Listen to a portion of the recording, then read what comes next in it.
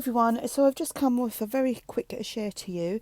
I've made this little 6-page Shabby Rose digital kit, and it's not actually in my shop, but it's in my Buy Me a Coffee shop, which I will link below.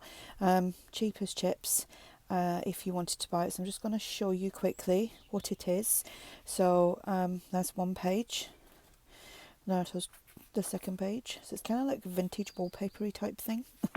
And this one, I've printed it a little bit smaller because I've got my, this isn't a PDF, I've got it set at a certain thing for me, and I keep forgetting when I want to do like full pages to reset it. So there's that one and that one.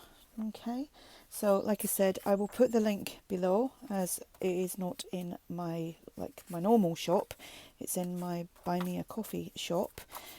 So yeah, so if you're interested in that, you pop along and have a look. There's something else I was going to say. I can't remember now.